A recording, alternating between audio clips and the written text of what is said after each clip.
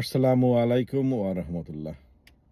আপনাদের সবার উপরে রহমত, বরকত ও শান্তি বর্ষিত হোক আল্লাহর তরফ থেকে।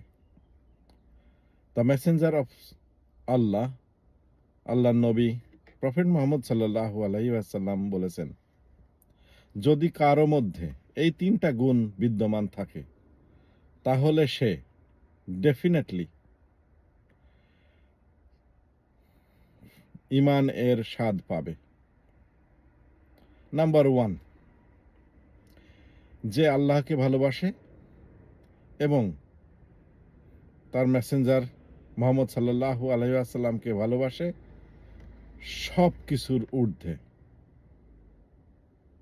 নাম্বার 2, যে একজন মানুষকে ভালোবাসে আল্লাহর জন্য।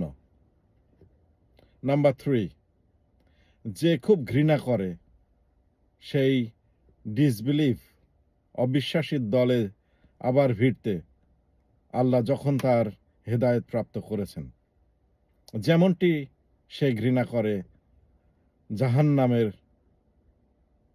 যেতে। এই তিনটা গুণ যদি থাকে কারো মধ্যে তাহলে সে ঈমানের স্বাদ পাবে। সহিহ বুখারী 16 নম্বর হাদিস।